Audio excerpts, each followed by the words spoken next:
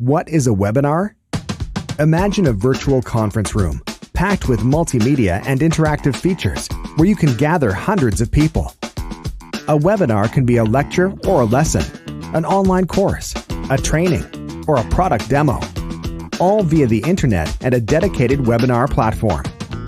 How is it different from an ordinary video conference? It's all in the scale. A video conference will do the trick as a meeting with a smaller group of people, where everyone can turn on their mic and camera. During the webinar, on the other hand, you are the master of ceremony and present your content to hundreds of attendees scattered around the globe.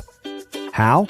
With the help of presentation, whiteboard, video, or screen sharing. And who will be your audience? Who will attend your webinar? Anyone who knows about it? Anyone who registers? Or perhaps only those who will pay an entrance fee? It's entirely up to you. How to interact with them? You can make the most of polls and surveys, chat and Q&A session, or a call to action button. Even though classic webinars take place in real time, you can also run them on autopilot. All you need is to reuse your webinar recording and schedule it as an automated or on-demand webinar.